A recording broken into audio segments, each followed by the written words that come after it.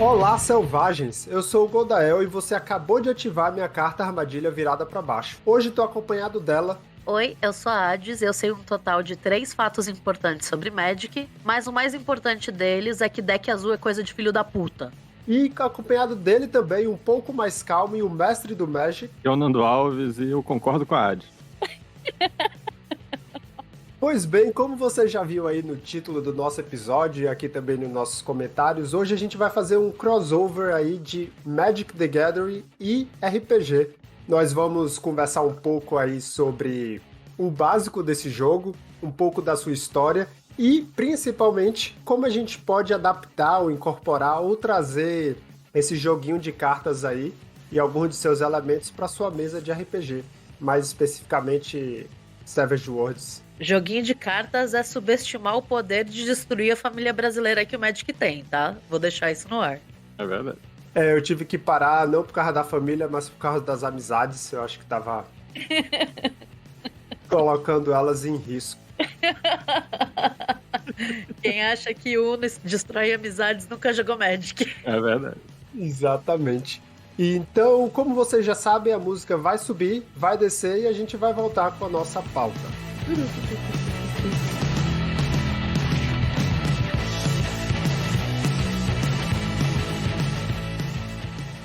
Falando igual Max, muito bem, estamos de volta. E um beijo, Max, saudades de você. Beijo, Max! Próxima vez que tiver reportagem com comida, manda um prato pra cá. Tava com uma cara muito boa. Né? E no episódio 73 a gente falou que é só ligar a TV para ver o Max, então, mais especificamente, ele está no ar aos domingos na Rede Globo no programa Pequenas Empresas, Grandes Negócios. Se você tá com saudade dele, vai lá, dá uma assistida. Mas, começando aqui o nosso assunto, primeiro vamos falar um pouco sobre o básico do jogo. Nando, ensina a gente aí como é que joga Magic. Caramba. Caralho, assim, do nada, na lata. Nando, quantas horas você tem? Né? Na verdade, é melhor instalar o Magic Arena e tem um tutorial bacana. Mas o Magic, eu acho que é o primeiro card game colecionável, né? Lançado. E ele fez 30 anos agora, eu acho que ele é de 93. Então ele tá aí perdurando por 30 anos e fazendo mais sucesso do que nunca ultimamente. Eu acho que todo mundo que joga RPG, eu acho que já esbarrou, nem que seja lá na Dragão Brasil, com aquelas cotações. Às vezes de forma involuntária e não requisitada, como é meu caso, mas segue aí. Pois é. E aí sempre são dois universos bem próximos, assim. Até porque a Devir trocou o RPG pelo Magic, dá mais dinheiro, mas tá bom. É verdade. Na verdade, eu trabalhei já numa loja uma lojinha que vendia RPG e Magic. Adivinha o que bancava a loja? Era o Magic. Óbvio, óbvio. Aqui tem a loja de jogos de tabuleiro, RPG e Magic aqui perto de casa. Ela tem 30% da loja para jogos de tabuleiro e RPG e 70% da loja para cartinhas de Magic em exposição e tapete e proteção para as cartas e manual. Tem um almanac lá que você abre e pede, quase igual ao menu. Eu fico, rapaz... Almanac. É a pastinha, né, do fichário e tal. É o ficháriozinho. É que assim, o livro de RPG, você compra uma vez e vai. Se você é idiota, que nem uma parte dos casters aqui, Coffee eu presente, e gosta de ter vários livros de RPG e colecionar esses temas, você vai, no máximo, comprar o livro e os suplementos dele. É uma compra, tá ligado? Você a demanda não existe novamente de você continuar consumindo aquilo. O board game também, no máximo você compra o board game e as expansões que vêm dele depois. O Magic, irmão, essa porra é gacha. Essa porra é cassino. É abrir pacotinho e ficar feliz porque veio uma carta de 500 conto que não vale 500 conto porque você não vai vender ela porque isso é puro mercado especulativo. Ela só valeria 500 conto se você colocasse ela pra jogo. Você vai? Não, você não vai. Então ela é um pedaço de papel, ela é uma cartinha. Puro capitalismo especulativo. Mas como a gente vive no capitalismo, é essa bodega que banca as lojas especializadas, cara. Então nós já sabemos aí a opinião da Adi sobre o Magic. Eu evoco aqui em emenda pra não irritar os ouvintes, meritíssimo. E Nando, o que é que você acha do jogo? E lá do início, explica para o ouvinte que nunca ouviu falar de Magic do que se trata. Não acha divertido ou não acha que não é competitivo? Eles não acham que diversão importa, o importante é ganhar e no final das contas quebram o jogo, fazem combos degenerados e o caramba. Então, combos degenerados. Então esse é o problema. Quer dizer que o Magic também sofre da desgraça chamado combeiro filho da mãe? Cara, basicamente o Magic, eu posso dizer que ele ajudou a inventar também. O Magic é da mesma empresa, né, do D&D, então tá tudo interligado ali. A comunidade saudável que tem, né? Nossa! A ideia competitiva, querendo seu dinheiro, tá tudo interligado. Não vamos falar da empresa, pelo amor de Deus, que a empresa é a mais mercenária possível. Mó galera tranquilinha, irmão. Não pode falar muito, senão elas mandam os Pinkertons na sua casa, né? Tanto mercenária que contrata mercenários. Exatamente. É só o que eu tenho a declarar. Só que o jogo... O que é o jogo? O que é o Magic, no final das contas? Ele é um jogo de cartas que você joga com um baralho de 60... tradicionalmente de 60 cartas, né? Tem alguns formatos que jogam com menos cartas, outros com mais e tal, mas geralmente são 60 cartas. E a ideia é um combate. Inicialmente era um combate entre dois magos. Que as cartas representavam as mágicas que você faz e os terrenos que você controla de onde você tira o mana, que é a energia mágica. Então a ideia é que o jogo são dois magos, cada um tem 20 de vida, e o objetivo do jogo é você tirar a vida do outro mago nesse duelo para você vencer ele. E as cartas representam encantamentos, criaturas que você conjura, os terrenos, como eu falei, que você usa para gerar energia mágica. E tem também os artefatos, que são os itens, enfim. Então o jogo, ele foi o primeiro card game colecionável, ele foi o primeiro Richard Garfield que criou, né, ele era doutor em matemática, inclusive. Ele criou o Magic nesse sentido. E ele tem as características de que muitos card games depois dele vão copiar, né? Que é a história de ter, as criaturas têm um poder e uma resistência, né? Elas são 2/2, 3/3, então tu vai ver que muitos card games hoje em dia seguem essa mesma ideia, de um ataque e uma defesa e tal, para definir as criaturas. Tem a questão também da arte, né? O Magic, desde a primeira edição, ele investiu na ideia de ser um jogo extremamente focado na arte, na ilustração ser algo extremamente importante na carta, extremamente evocativo. E naquela época, quando ele foi lançado, ele era um jogo exclusivamente, vamos dizer assim, de fantasia medieval, né? Ou quase isso.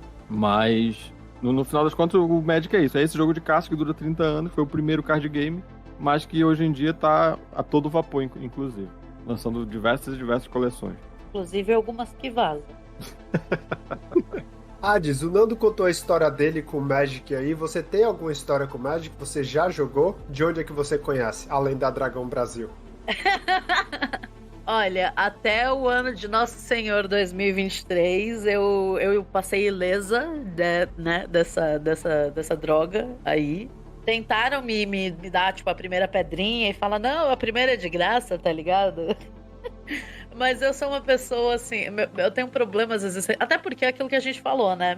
O RPG, ele tá muito vinculado, os espaços de RPG, eles estão muito próximos aos espaços do Magic e, posteriormente, acabaram muito vinculados aos espaços de board. Então, já, assim... o que eu sei de Magic é segunda mão, porque eu tenho muitos amigos que jogam, e eu tenho amigos que jogam de um nível viciado, mas eu efetivamente nunca parei pra jogar. Então, assim, dessa bala eu escapei porque eu tenho uma personalidade levemente compulsiva. Então, se eu tivesse caído nessa vibe, velho, era capaz de vocês nunca mais me verem. Eu fiquei, assim, com board por um tempo, então, assim, quando eu não tenho limite com algumas coisas. E eu sei que Magic é um buraco que, se você cai, ele não tem fundo, irmão. Então, eu passo longe porque eu me conheço. Eu também não joguei muito. Eu já joguei Magic um pouco, mas tem tanto tempo que eu acho até que eu joguei errado. Eu e meus amigos não sabíamos as regras. Um deles chegou com uma caixa cheia de cartas. Eu acho que aquelas cartas que valem 2 centavos que ninguém quer. O que é pra isso, Godão? Flashback. 2000 e pouco? 2005, 2004? Eu tava no ensino médio ainda. E aí a gente jogou, eu lembro, tipo, daí a gente separando as cartas e montando os decks. Também não faço ideia se tava certo ou não. E aí, depois de um tempo na universidade, ali 2012, 2013, uns amigos começaram a jogar e me chamaram pra jogar também. Aí nessa época já tinha internet, né? Eu pude pesquisar as regras e tal. E aí joguei um pouco. Só que aí, tipo, eu dei, sei lá, gastei R$50 pra montar um deck. E aí chegava uma galera da faculdade com os decks que não tinha nem graça. Aí eu perguntava, como é que você fez e tal? Aí eu pesquisava, o deck custava R$300. Aí eu falei, aí não dá pra mim não. E pelo mesmo motivo da Hades, eu sou que meio que vou a fundo quando eu gosto de alguma coisa. Eu falei, melhor me prevenir aqui, porque eu acho já que... gasto dinheiro demais com RPG, deixa quieto. Com RPG e com Tibia na época. Nossa, Então, não me julguem, tá? Eu era um ou outro. Eu não recomendo ninguém a jogar competitivamente por causa disso, porque o mercado especulativo faz isso. As cartas que são geralmente estão jogando em decks que têm resultados em torneios, elas vão ficar muito caras. E eventualmente as cartas vão sair de você poder usar elas em torneio, né? Dependendo do formato, né? Tem o formato padrão que ele rotaciona hoje em dia a cada 3 anos. Então, realmente, tu perde os decks. Por isso que hoje em dia eu jogo o Commander, que é esse formato mais casual, que por ser multiplayer, por ser 4 pessoas jogando, todo mundo contra todo mundo, não necessariamente o deck que tem as cartas mais boladonas vai ganhar, porque se ele ameaçar os outros 3 se unem contra ele, então é um jogo muito político, é um jogo muito também tu não pode ter uma postura muito agressiva, tá entendendo? Então é um jogo que ele é mais... Ah, não pode? Droga. Não Pois quero mais. Perdi a graça. Inclusive tem decks alguns decks eficientes dentro desse formato ainda casual, né? Porque existe o Commander competitivo, que não deveria existir, mas existe. Mas o Commander casual, mesmo os decks mais eficientes, eles às vezes quando eles são eficientes demais, eles acabam saindo primeiro, porque todo mundo se une contra eles. Então é um formato que ainda te permite jogar com pré-construído, por exemplo.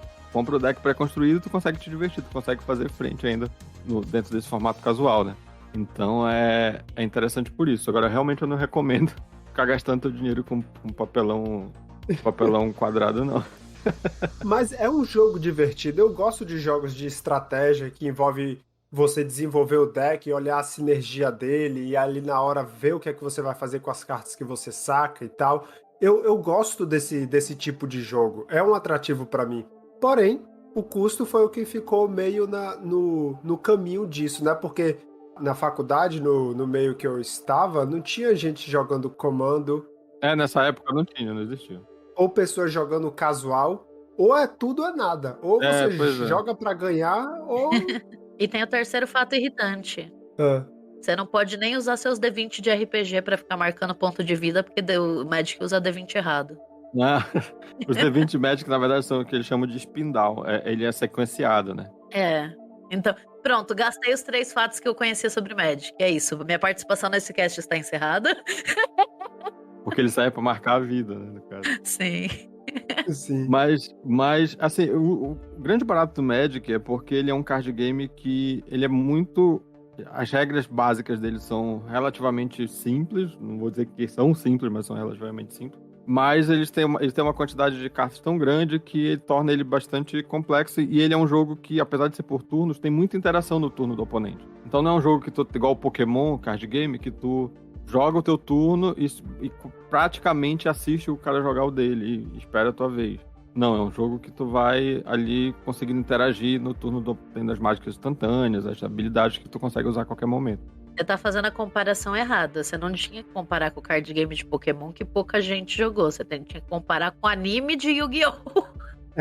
Yu-Gi-Oh! Mas não dá, porque o anime de Yu-Gi-Oh! é uma bagunça, porque cada roteirista inventa as regras que eles querem, né? Então não tem como.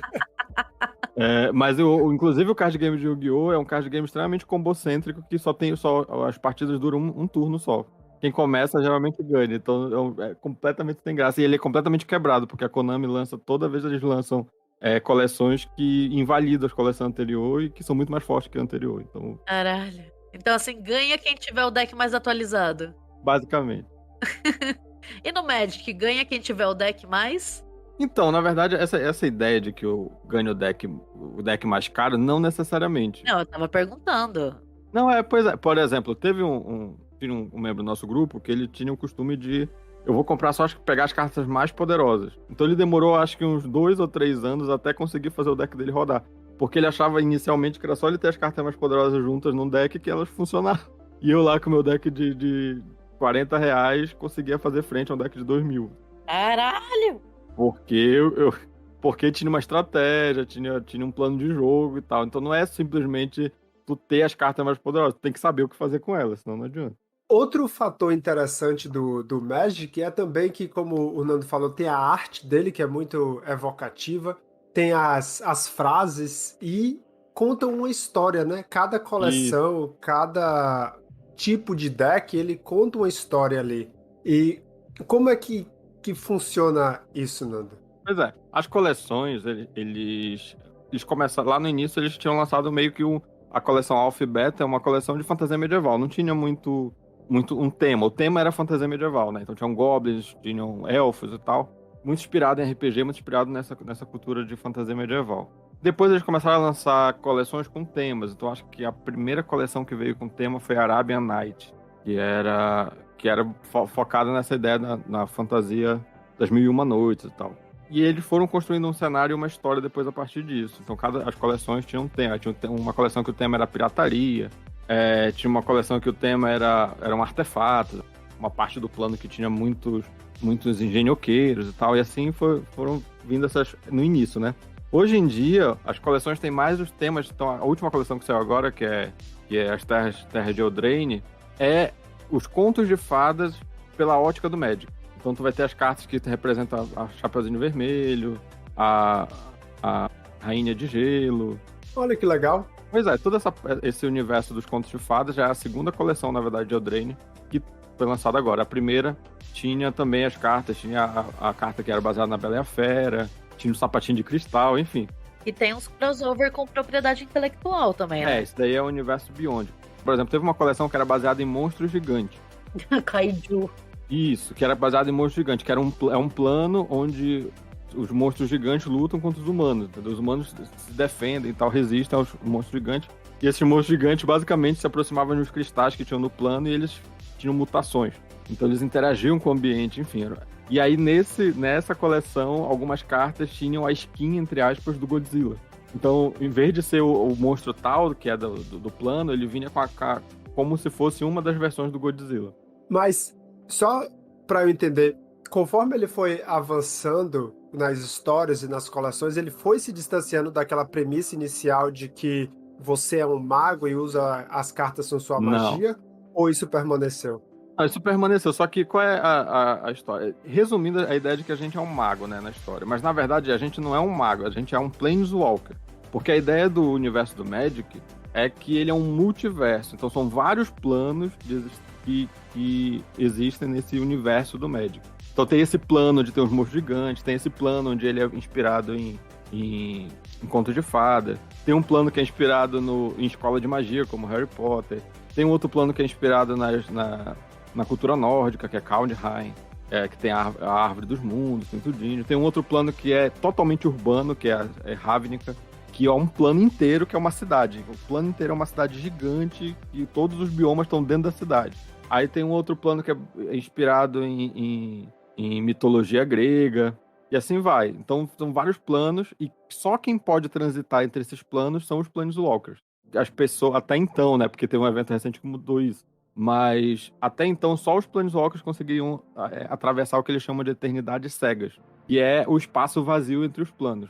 Qualquer criatura que tentasse atravessar, que não fosse um Planeswalker, e o Planeswalker, ele é que era traduzido antigamente como Planinauta, hoje em dia eles chamam de Planeswalker mesmo.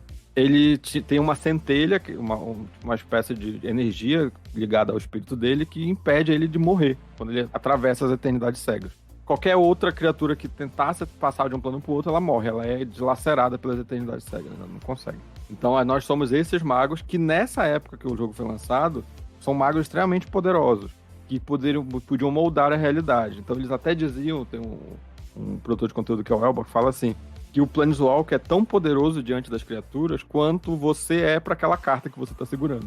Então a ideia era isso, os Planeswalkers eles podiam se transformar em qualquer coisa, eles podiam mudar meio que uma feiticeira escarlate, mais poderosa ainda que ela.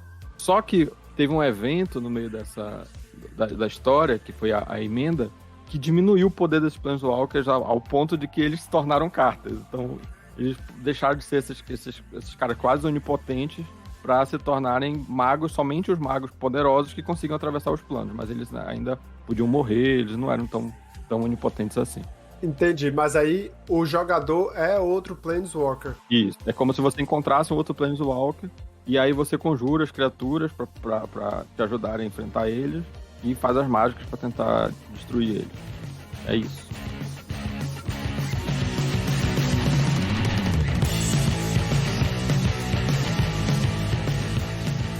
E você comentou aí do plano de Ravnica, e é um livro que foi lançado para D&D, né? É um cenário, é um plano que foi lançado recentemente para D&D, o jogo de RPG, no caso. Acho que a Wizards of the Coast aproveitou, né, que ela é dona dos dois e deve ter pensado, por que não juntar, né? Eu li em algum lugar que a intenção deles era unir esses dois públicos. Você tem quem joga D&D se interessar por Magic, baseado nesse livro, e quem joga Magic se interessar por D&D. Então eles estavam tentando, pelas fofocas da internet, combinar e ter uma interseção entre esses dois grupos deles. Mas na verdade, eles demoraram muito, né, pra isso, porque eu acho que a Wizards é dona do D&D desde os anos 2000, salvo engano. Final dos anos 90 e início dos anos 2000. E só foram fazer um produto de D&D inspirado em Magic em 2018. Então eu não consigo entender porque quase 20 anos depois que eles resolveram fazer essa junção, mas é verdade. Inclusive, eles também fizeram o inverso, né? Eles trouxeram o D&D pro Magic. Então tem duas coleções de D&D, que é Forgotten Realms e uma de Baldur's Gate. São recentes ou são mais antigas? São recentes, são de 2020 pra cá, as duas. O Baldur's Gate é mais recente do que a do Forgotten Realms. E foram coleções muito, muito boas que conseguiram fazer essa junção. Porque a própria galera do D&D queria colecionar as cartas, né? E até porque estavam representados vários personagens ali nas cartas. Então agora em Baldur's Gate veio o Elminster. O Tarrasque foi bem triste, mas estava lá. Por que era bem triste o Tarrasque? Porque ele era um bicho 10/10 que não tinha atropelar. Então um bicho 1/1 para o Tarrasque. Não faz sentido em regras. O Tarrasque ser o destruidor de reinos que era parado por um esquilo 1/1. Mas, enfim, nesse caso... Ele pode ter TDAH, ele se distraiu com o esquilo. Tipo isso, é um elefante, né? Tem medo de rato. Mas nesse caso, tem alguns cenários que foram adaptados já pro D&D. Ravnica é um deles. Inclusive, é um cenário que eu dei uma olhada, é muito legal, porque em Ravnica é uma cidade formada por guildas, né? Que é as cores de mana. Porque o Magic tem 5 cores de mana, né? E cada cor de mana do Magic representa uma filosofia. Então o vermelho, ele é ligado aos sentimentos, ao ímpeto. O azul é ligado à inteligência, ao pensamento estratégico. O verde é ligado à natureza, enfim. Então cada cor tem um tema. Aí em Ravnica, as guildas são a combinação sempre de duas dessas cores que formam uma organização que segue aquela filosofia das duas cores juntas, né? Então, por exemplo, a cor preta, ela é ligada geralmente à ambição, ao egoísmo e tal. O branco é ligado àquela ideia de que todos por um, né? Um por todos e todos por unidade. A união.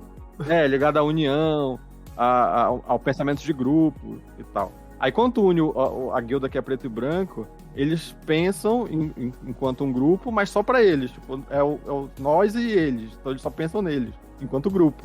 Então que é uma guilda lá, inclusive, de mortos-vivos e tal. Então a Ravnica é essa cidade que é controlada por essas 10 guildas. E o cenário basicamente é tu vivendo entre a intriga de todas essas guildas. Então é um cenário muito interessante com relação às facções, né? Um cenário de facções. Eu sou obrigada a perguntar o que pensa a guilda que mistura vermelho e azul. Vermelho e azul são os Izzet, que são os caras que são os engenhoqueiros. Eles basicamente lidam com engenhocas que às vezes funcionam bem, às vezes não funcionam tão bem assim. Então, inclusive, tem goblins e engenhoqueiros na guilda de Izzet. E essa história que você contou e as histórias das outras coleções também é algo que você precisa de um livro, de um site para saber? Ou só com as cartas você consegue entender essa história e essas nuances que você está explicando? Isso no passado era melhor, porque tu conseguia, se tu tivesse todas as cartas da coleção, tu conseguia meio que, de uma certa forma, entender o que estava acontecendo. Hoje em dia isso ficou um pouco menos, mas antigamente eles lançavam as histórias das coleções em livros, tinham livros. Porque antes as coleções eram um ano, eram lançadas 3 coleções que eram da mesma história. Hoje em dia eles só lançam a cada 3 meses uma coleção que não necessariamente está ligada à outra, entendeu? E eles não lançam mais os livros, eles deixam a história toda no site. Então tu vai lá e lê crônicas, artigozinhos que vão contando a história. Inclusive tem canais de YouTube especializados em contar essas histórias e tal. Se tu não quiser simplesmente, quiser resumos, tá lá no YouTube. Tem canal de YouTube pra tudo hoje. Tem canal de YouTube pra tudo. Tá, pera, agora eu volto pra conversa, então. Né? Agora volto a ter alguma coisa pra adicionar. Eu acho muito peculiar eles terem demorado tanto, inclusive porque a própria comunidade de RPG já usa o Magic como ferramenta, tem, tipo, uns 20 anos. Eu tava até comentando com o Nando. Eu acho que a primeira... Não sei se faz tanto tempo assim, mas assim... Eu tava comentando com o Nando que eu já tinha visto mais de uma vez, lá na época que eu comecei a jogar RPG muitos milênios atrás, que a galera já tinha essa coisa de, tipo, usar a carta como inspiração pra criatura ou pra plot. E depois disso, isso acabou evoluindo. Infelizmente, os caras já fizeram o favor de tirar isso do ar. Mas isso eventualmente chegou a evoluir para usar alguns decks de Magic como oráculos / geradores, tipo decks de gerador de aventura, né, para RPG. Então a comunidade já faz esse vínculo tem muito tempo, então essa demora é esquisita mesmo. Pois é, porque na verdade o grande ponto, o próprio jogo, né, as próprias cartas, elas já são próprias que a gente poderia usar no próprio RPG. Então, só uma carta, se você pegar uma carta de Magic, geralmente uma criatura, por exemplo, como é que era esse gerador, né, de aventuras? Tu pegava um terreno para determinar um lugar da aventura, aí tu pegava aleatoriamente entre uma criatura, um artefato ou um encantamento para definir qual era o objetivo da aventura. Aí tu pegava uma criatura lá aleatória para poder definir quem era a oposição na aventura, outra criatura para definir quem eram os aliados, e assim vai. Tu ia construindo uma estrutura a partir das cartas.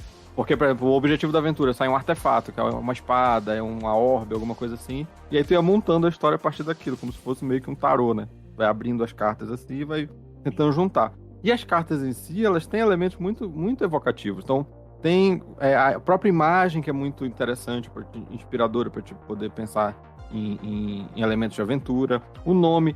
E geralmente as cartas têm um texto, que é um texto que eu chamo de flavor text, né? Que é um texto de sabor, que conta uma historinha ali em 3 linhas sobre aquela carta, que te ajuda a entender melhor aquela carta. E às vezes esse texto, eu tenho que concordar uma coisa, os caras são muito bons em escrever esses textos. São geralmente sacadas muito engraçadas, ou então são diálogos, então uma frase muito forte, assim, são muito boas. No geral, são muito boas.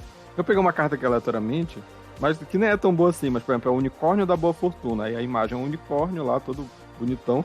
E a frase dele é assim: um mero vislumbre de um deles marca o início de 8 anos de boa sorte. Então, só isso a gente já pode pensar como colocar esse unicórnio numa aventura. É verdade esse dizer ou não? Então, a gente poderia utilizar as cartas e pensar nelas até como inspiração para criar personagens, para criar NPCs, para criar lugares. Os efeitos disso no mundo, né? Porque se um unicórnio desses te causa boa sorte, o que impede alguém de capturar um e te cobrar para ver? Olha aí, aí a gente já pode pensar. Inclusive, tem uma aventura que eu já fiz baseada em unicórnio, que era isso. Eles caçavam os unicórnios para tirar o chifre e tal. Então, o próprio jogo dá para usar dessa forma, né? É como inspiração, né? Não é nada oficial, né? É como inspiração para as aventuras. E como inspiração, como a gente falou, né? Até como um gerador de aventura, vamos dizer assim. Porque os terrenos tem lugares, tem várias mágicas instantâneas e feitiços que são eventos que aconteceram no jogo, que não são só simplesmente feitiços, são eventos, eles representam eventos, vários artefatos que representam vários itens, que a própria mecânica de como ele funciona, tu consegue também meio que inspirar para colocar no RPG. Eu recentemente não, tem 2 anos, comprei 700 cartas de Magic por $7. Nossa, 1 centavo cada carta. Justamente para isso. E aí vendem aqui. É fácil achar cartas bem baratas assim. E eu comprei justamente para ter inspiração. Porque eu queria algo de forma aleatória ou ou me inspirar na hora de fazer aventuras, na hora de jogar, na hora de criar personagens, encontros, como a gente conversou. E só que baralhos específicos, né? Porque existe, você tem um baralho de criaturas, você tem um baralho de itens, você tem um baralho de não sei o que são específicos para RPG. Só que eles são muito caros. Uhum. E aí eu pensei, olhei na internet e vi que muita gente usa a carta de Magic para inspiração. Justamente porque as imagens são evocativas, os textos são evocativos. Sim. É criativo porque você tem uma variedade muito grande de objetos, lugares, criaturas, feitiços. E para essas cartas, essas coleções que já passaram, e principalmente carta que no jogo é ruim, é muito barato você pegar elas. É muito barato mesmo. Eu vi gente também usando para fazer token de criatura. Então eles têm aquele cortador, aquela coisa de... o furador. O furador, isso. E vai, fura a carta e faz um tokenzinho pra em jogar alta na mesa. resolução, Em gramatura altíssima... boa. Era o que eu ia falar, porque a qualidade da carta, ela é boa. Então, tipo, Sim. quando você compra essas cartas assim, você tá pagando menos do que o preço de fabricação dela, basicamente. Exato. E assim, por 1 centavo a carta, nossa, dá pra tirar muita coisa dela. E as artes são fantásticas, né? São geralmente... A qualidade da arte é muito boa, não tem eu não tenho mais espaço pra socar coisa nas minhas estantes, então eu gostaria muito que eles deixassem voltar os geradores online disso, cara. Não, mas tu consegue, tem sites que tu consegue sortear cartas. Eu quero, eu vou lá e sorteio uma carta, tem o Scryfall. Depois eu quero o link cartas aleatórias e tal, tu pode dizer, eu quero um terreno aleatório, tu pode especificar isso também. Depois eu quero links. Eu vou deixar aí. E no link do post, no post também, né? Para os ouvintes, caso eles queiram. A dinâmica da carta, ela é interessante até na mesa de Savage, porque o jogador de Savage ele já tá acostumado com um monte de deck na mesa, né? Exato. Então, aquela carta ali, ela não vai causar um estranhamento, porque o jogador já tá acostumado com baralho de aventura, com baralho de iniciativa. Agora, nas edições mais recentes, tem baralho de item, baralho de magia. Baralho de item tem ou não? Isso é próprio pessoal meu. É próprio pessoal meu, né? Tá. Eu tinha um baralho de item. É que eu fiz algum. Uma pequena nota do editor. Sim, hoje temos baralhos de itens, feitos por fãs, mas temos baralhos de itens. Também. Mas tem os de magia, não tem? Tem. Então, os de poderes, no caso. É isso, poderes. Não tô ficando louca, ainda bem. Faz tempo que eu não jogo Savage, mas não tanto assim. Ufa. Então, é um prop que ele se encaixa muito bem, né? Numa mesa de Savage. Eu acho que, para além do uso do jogo, das cartas, né? Na própria mesa, o próprio universo do Magic, por ser essa questão desse multiverso, e cada plano não ser necessariamente ligado ao outro, e cada plano pode ter temas, porque tem planos que são de horror, aí tem planos que misturam horror com horror cósmico, e aí tem as criaturas lá que parecem Cthulhu e tal. Aí tem outro plano que é baseado, como eu falei, um plano urbano, e tem engenhocas. Tem um outro plano que foi um plano que foi dominado por anjos. Então é um cenário que combina muito com o Savage Worlds, porque como o Savage Worlds tem essa diversidade por ser genérico, né? Ele permite uma diversidade de temas que o próprio Magic tem. E tu pode ser, vamos pensar assim numa adaptação, é muito fácil adaptar todos esses temas pro Savage Worlds. Que eu acho mais fácil do que adaptar pro D&D, por exemplo. Até porque a própria forma como o Magic funciona dentro do universo tá ligado à carta, que tá ligado à mana, tá ligado a alguns elementos que entram em conflito como o D&D funciona, essa história dessa magia vanciana, né? E o jogador de D&D vai ficar puto comigo agora, porque ele vai falar: ai, mas na minha mesa a gente já jogou sessão de terror. Isso é você quebrando o sistema, porque o sistema não foi feito pra isso, falou valeu. Verdade. Thank you! O Savage, ele navega muito melhor, né, entre essas dinâmicas diferentes. O D&D, ele tem uma premissa muito estabelecida, né, do que é o D&D. Ele é meio engessado, a mecânica dele. Então, se tu vai adaptar o Magic, tem que pensar, que classe seria alguém da Guilda Izzet? Aí tem que encaixar ele numa classe, tem que criar uma classe nova. E tudo isso no Savage Worlds é mais direto. Então, essa mistureba toda que o universo do Magic tem, e eu acho que a lore dele também dá pra fazer. Da última vez, as últimas coleções trouxe um evento que era uma invasão multiplanar, então era um grande inimigo, que são os Phyrexianos, que são criaturas meio mortas-vivas, misturadas com máquinas, e aí eles invadiram vários planos ao mesmo tempo, eles conseguiram formas de conseguir passar pelos planos, pelas eternidades cegas com os exércitos deles. Tem muito cara de mesa de Savage, velho. Pois é, cara, eu acho que é totalmente. E inclusive agora eles tiraram essa proposta que eu achava meio absurda, de que só os planinautas conseguem passar entre os planos. Eles criaram vários portais em diversos planos que pessoas comuns, criaturas comuns conseguem atravessar. O que tem muito mais a ver até com o próprio jogo, que tu conjura criaturas de vários planos diferentes na hora que tu tá jogando. Isso é uma vontade que eu sempre tive, de criar uma campanha que se passasse, tipo, transitando de fato entre diversos mundos e cenários diferentes, e todas elas estariam interligadas pela taverna no fim do mundo. Eu acho que aquele The Yoni Portal é uma taverna que tem vários portais para várias dungeons e lugares do mundo. É de lá que você acessa a tumba dos horrores, é lá que você acessa outros cenários clássicos do D&D. Ah, mas não é nessa pegada que eu tenho em mente. É tipo, é só... Você entra e ela parece uma taverna, um bar normal, tá ligado? Em qualquer cenário que você vá. Você vai, tipo, você tá num cenário cyberpunk, é um pub, tipo, numa mesa de vampiro. É um pubzinho ali na esquina. Você tá num jogo medieval, é uma taverna. E você tem pessoas vestidas de forma estranha, você não explica isso pro teu jogador. Você só fala, tem um cara ali que tem, tipo, sei lá, um negócio... Se você tá numa mesa de medieval, você fala, tem um cara que parece que tem um efeito mágico no cabelo e o cabelo dele tá brilhando. Sendo que, na verdade, é um maluco com fibra óptica implantada no lugar de cabelo, que ele veio de um cenário cyberpunk, sabe? Imagina que divertido isso no jogo. Vai ser acho que é um pouco difícil pro narrador administrar todas as possibilidades, né? Mas deve ser divertido pros jogadores ter tantas possibilidades. Mas aí pensa que você introduz esse conceito sem explicar pros teus jogadores e espera pra ver quando eles vão entender. Até porque tu vai fazer essa narração de acordo com a ótica do cenário, né? Então. Aí, em determinado ponto, quando eles finalmente entendem o que aconteceu, eles pedem, sei lá, pedem um drink específico, entram numa porta, tipo, num cubículo errado no banheiro, e eles vão parar em outro mundo, cara. Eu quero muito fazer isso. Ou uma bebida, tem que tomar um drink especial. Imagina um drink especial que você pede, tipo, e não acontece nada. Quando você tá dentro da taverna, você toma aquele drink e nada acontece.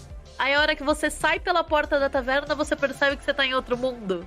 E hoje em dia isso combina com o cenário de Magic, inclusive. Então, eu gostei dessa ideia. Acho que dá pra fazer um joguinho desses aí.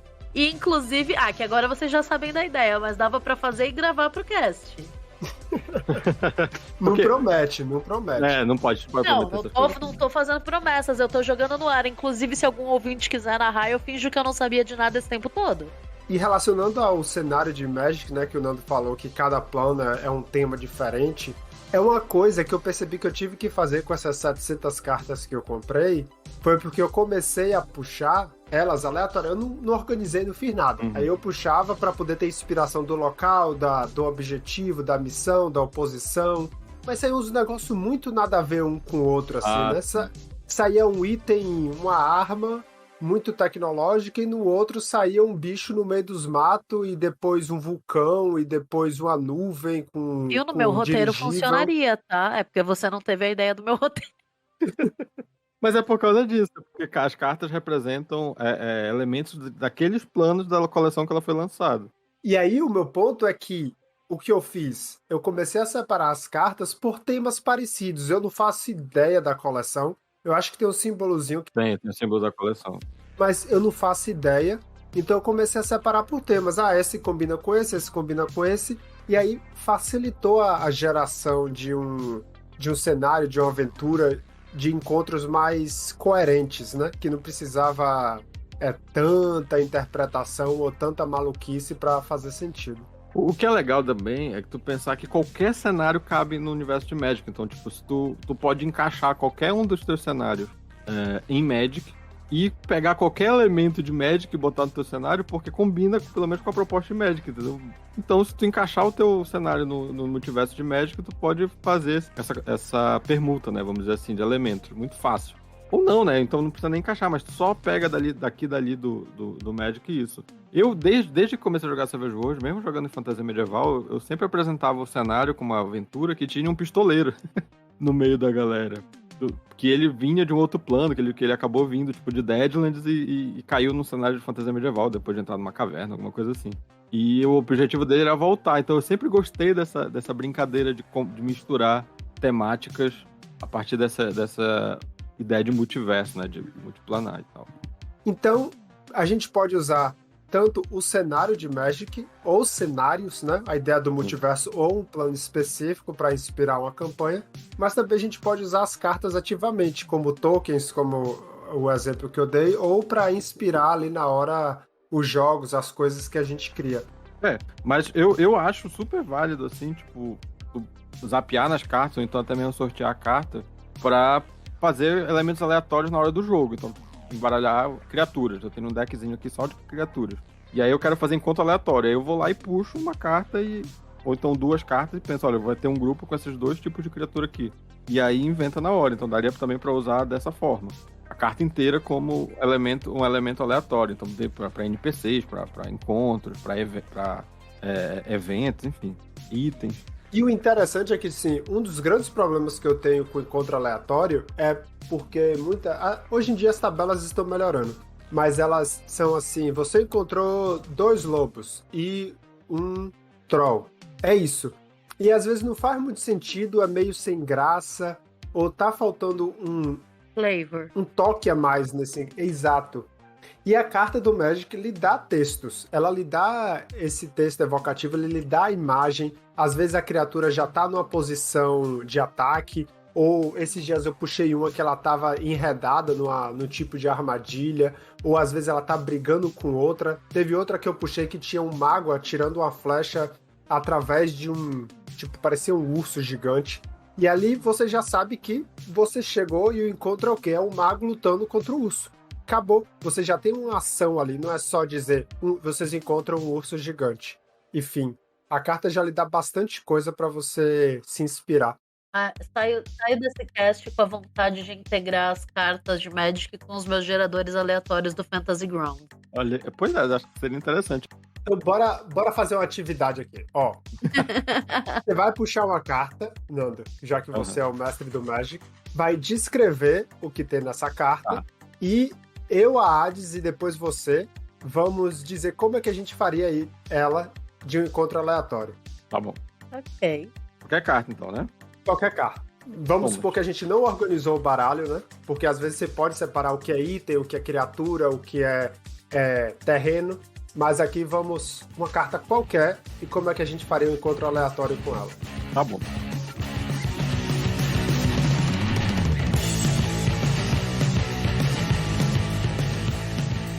Então peguei aqui uma. Vou descrever, tá? O nome dela é Kazul, Tirano dos Penhascos. É uma criatura lendária, ou seja, ela tem um nome, ela é importante na história. É um ogro guerreiro. E a imagem dela é um ogro com um capacete com chifres gigantes. Ele é muito importante e tal. Ele tá entre 2 montanhas, né? 2 paredões de montanha. E, inclusive, tá arrastando outros ogros com corrente no pescoço. Caraca. Nossa. E aí, eu não vou dizer a mecânica dele, né? Ele é um bicho grande, ele é 5/4. E ele tem aqui um flavor text que diz o seguinte: aviso aos que escalam os penhascos sem pagar tributo.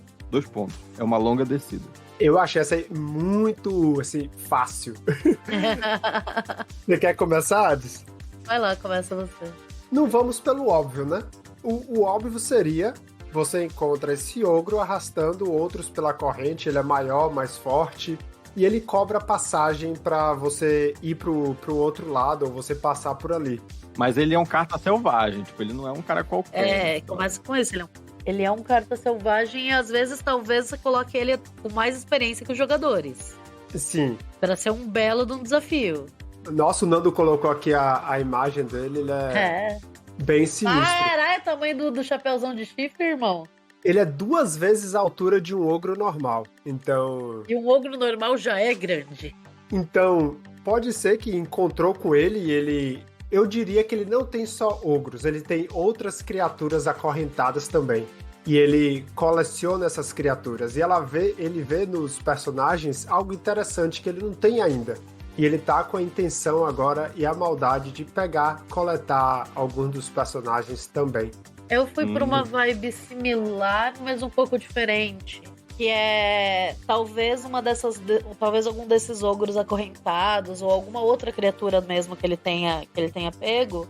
Por algum motivo, os jogadores decidam que eles têm que resgatar aquela criatura. Só que aí você deixa em aberto, né? Se os seus jogadores eles vão querer partir pra porradaria franca e justa, 30 minutos de soco sem perder a amizade, ou se eles vão tentar alguma coisa mais stealth, sabe? Pô, legal.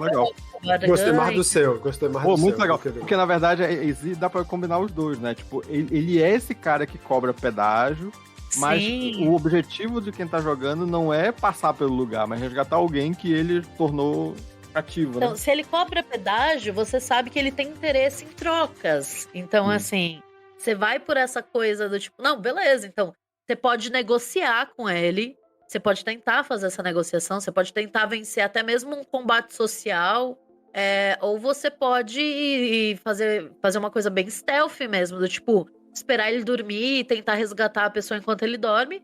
Porque eu gosto muito de, nos meus encontros, eu dou essa liberdade para os meus jogadores de como eles vão resolver os encontros. Porque tem gente que gosta de combate, tem gente que não gosta de combate, tem personagem que gosta de ser social. E por mais que o Savage, diferentemente de muitos outros sistemas, o personagem que não é combatente, ele não fique inutilizado numa cena de combate, ele ainda possa agir, eu gosto muito de dar essa liberdade do jogador decidir se ele quer um combate ou não. Até então, porque invadir um covil de ogros não parece ser uma boa ideia, né? Tipo... então, se seus jogadores quiserem muito uma porradaria franca, beleza, irmão, vai lá, sabe? Mas existem outros caminhos que você pode tomar. Exatamente, eu acho que essa é uma das regras ali dos 10 mandamentos do bom mestre, né? Que é não proponha a solução para os seus jogadores. Sim. Né? Você joga o problema neles, eles que se virem para resolver. Exatamente. Eu vou pegar mais uma aqui, aí a gente inclui na história, bora ver. Nando gostou, vamos lá. Eu peguei outra criatura aqui. Talvez seja a criatura que a gente quer resgatar. Vamos ver. Olha, pode ser, eu achei que tem a ver. É o Extortor Aéreo, o nome dele. Que é de um. Eu não vou dar o spoiler do que é, vocês vão interpretar primeiro o que é, né? Mas você tem que descrever pro ouvinte, né? Que não vai ver a carta. Não, sim, mas eu não vou dar o contexto. Porque ela é de um cenário específico e tal, tem tudo a ver. É o Extorsor Aéreo. Ele é uma criatura ave soldado. Ele não tem nome na história, né? Ele é ave soldado. E o que ele é? Ele é um homem-ave, ou seja, ele é um humanoide com cabeça de águia e asas. E ele tá todo bem vestido. Ele tá voando, segurando uma espécie de homem-diabo, que é um cara com chifres e rabo, tipo um Tiflin. Ele tá voando, segurando esse cara, ameaçando jogar ele pra baixo. Ele pode muito bem ou ser um aliado ou um rival do ogro, né? Porque os dois estão nas alturas, os dois estão ameaçando te jogar lá embaixo. E se ele for o rival do ogro e ele que quer alguma coisa que o ogro tem? Pode ter sido ele que contratou o grupo, inclusive, tipo, de alguma forma. Vocês fizeram... A gente mete mais uma barganha, né? Tipo, vocês têm algum acordo com ele pra fazer esse resgate? Talvez. É assim, nesse caso, eu acho que aí não seria um encontro aleatório, né? Seria mais algo assim, uma aventura já. Tá, se a gente tá pensando em quesito de encontro aleatório, essas duas criaturas, elas estão brigando por território. E você e o seu grupo podem decidir como ou quando usar essas criaturas em seu favor. Vocês podem se aliar uma delas contra a outra e barganhar, por exemplo, talvez o ogro queira se livrar dessa criatura. Talvez seja mais fácil, se vocês quiserem um combate mesmo, talvez seja mais fácil se livrar dessa criatura do que do entrar na caverna com um monte com um ogro gigante e com vários ogros menores. Ou talvez vocês se aliem à criatura contra o ogro. Essas criaturas, elas podem estar em um confronto e vocês usam isso em seu favor. E pode ser um mistério também, né? Tipo, eles moram na mesma região montanhosa, na mesma montanha, e alguém desapareceu, e tu não sabe se ele foi capturado pelo Kazu ou ele foi jogado lá de cima pelo... Sim, faz sentido. E, então eu vou trazer outra interpretação. Essa criatura está amarrada pelo ogro. Ela foi capturada pelo ogro, e a aquisição mais recente dele, ele tá bem orgulhoso, e empurrando essa criatura na frente. Ela tá com as asas amarradas, né, nas correntes do ogro e tentando se libertar. Ela emite um som que internamente os personagens sentem como um pedido de ajuda. Faz sentido. Puxa mais uma ou não? Pra terminar? Vamos à última. A última pra terminar. Agora não vale mais criatura. Mas agora é outro encontro. Passou por isso, largou a criatura amarrada pra lá, ou derrotou o ogro, e aí em outra missão essa outra coisa acontece. Tá, eu puxei aqui, não é algo tão empolgante, mas... Vamos lá. A graça é você ter criatividade pra interpretar o que vem. Mas se não gostou, sempre vale puxar outra também. Tá tudo bem, gente. A polícia do RPG não vai bater na porta de vocês. Achou errado, otário?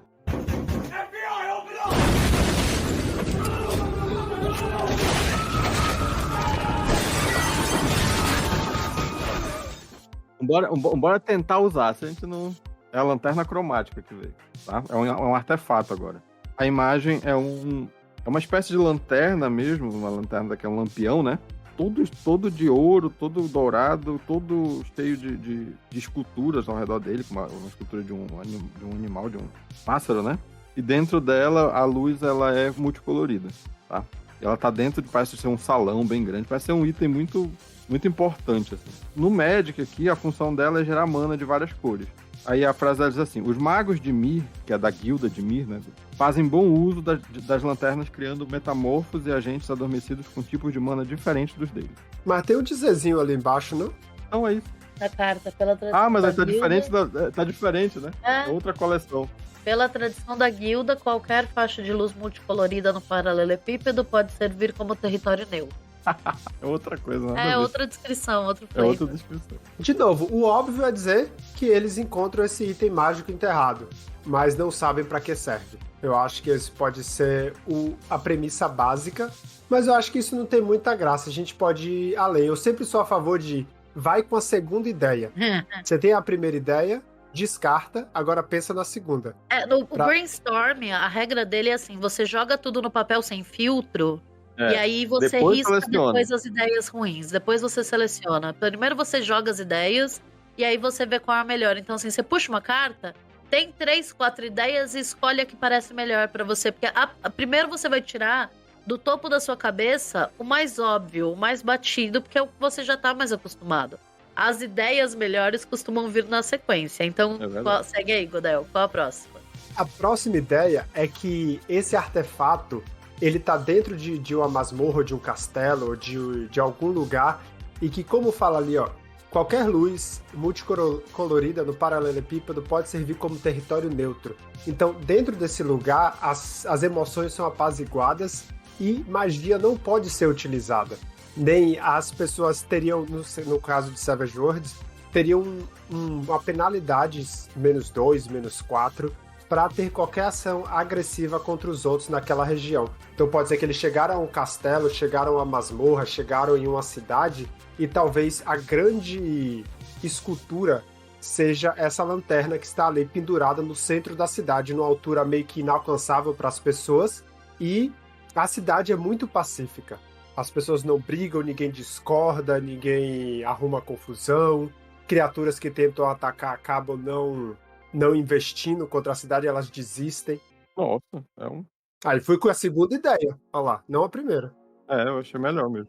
Pra mim, a lanterna evoca uma questão de desvelar o que está oculto.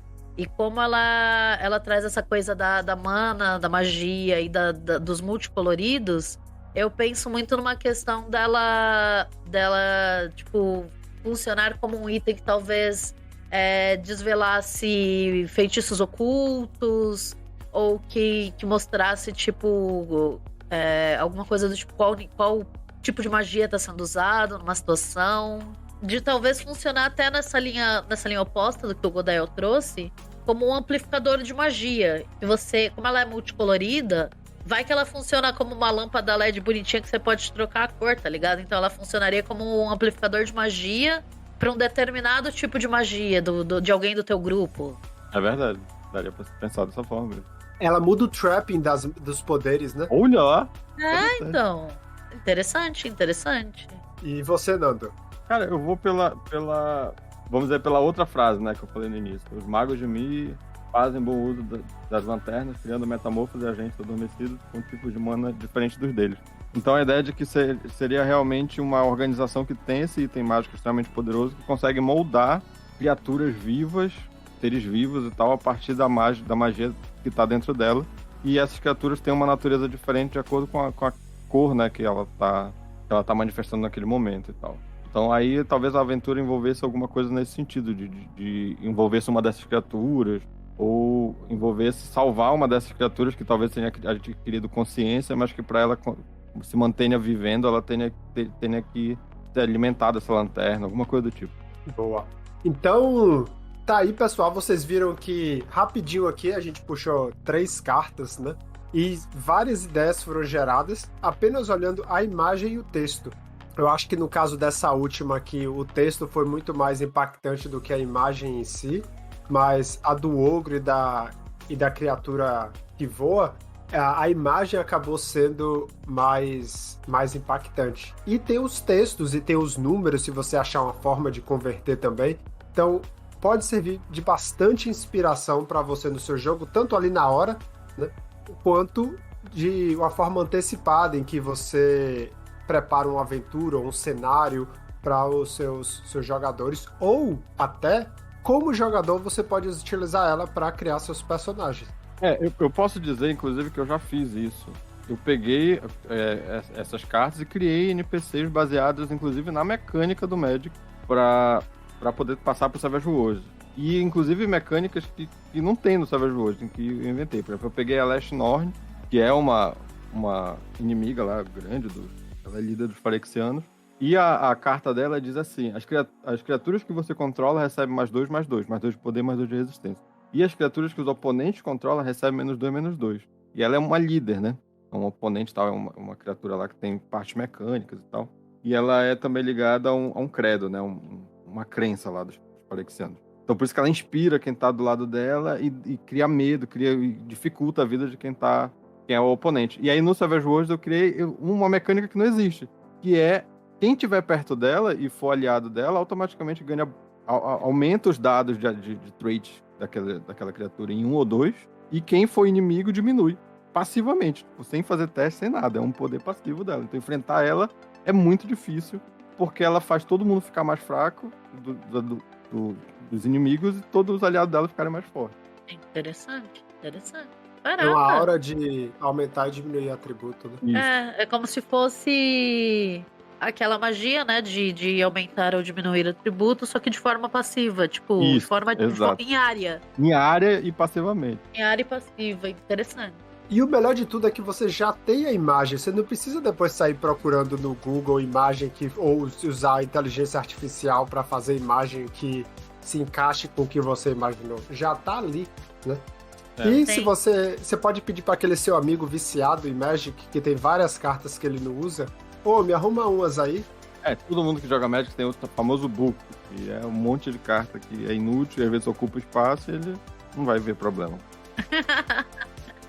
Ou mesmo se você não tiver afim, tem os geradores online, que o Nando mencionou, né? Isso. Exato.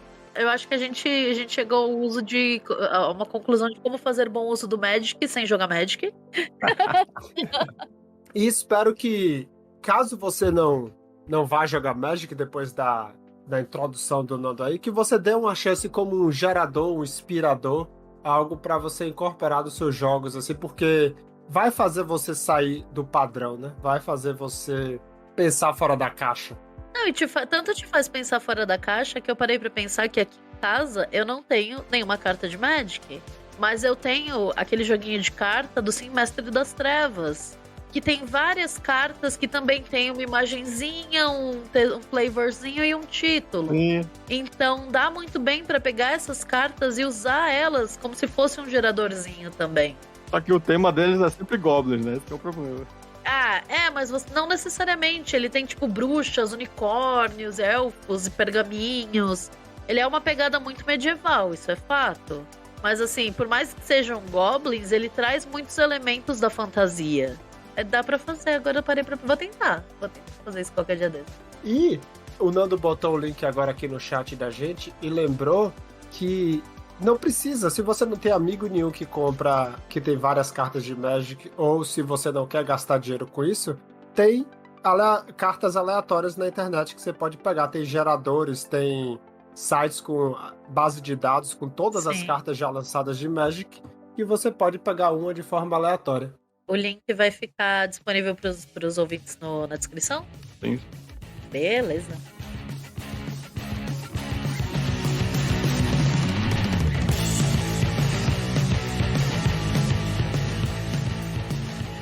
Então é isso, ouvintes. Eu acho que a gente conseguiu passar bem uma ideia para quem não conhecia, né? Como não tem tanto contato quanto eu não tinha do que é o Magic, né? Qual a premissa do cenário do jogo, da ambientação do jogo. E trazer isso, claro, vincular não só com RPG, porque eles tentaram fazer isso com D&D, eu acho que não combina, né? Como a gente mencionou. Mas vincular isso ao nosso queridinho Savage Worlds e de brinde jogar aí na tua mão a ideia de usar o Magic como uma ferramenta de gerador de aventura para os teus próximos jogos.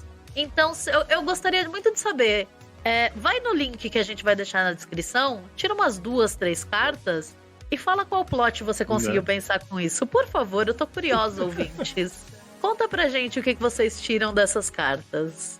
Por hoje a gente fica por aqui. A gente convida vocês a seguir a gente lá no Instagram, que é onde a gente vai estar atualizando com relação às postagens, os episódios novos, os bastidores nos stories. O Facebook de tabela, né? Porque o Instagram alimenta o Facebook no feed. Essa altura do campeonato, se vocês costumam acessar o site do SavageCast, vocês já perceberam que a gente mudou um pouco. A gente deu uma trocada de ambiente, de servidor, enfim, coisas, bastidores. Mas ele continua lá e, claro, vocês sempre podem ouvir a gente no Spotify. Eu aposto que vocês estão ouvindo a gente no Spotify. Se você está ouvindo a gente no Spotify, comenta aí, porque agora o Spotify tem comentários dentro do podcast.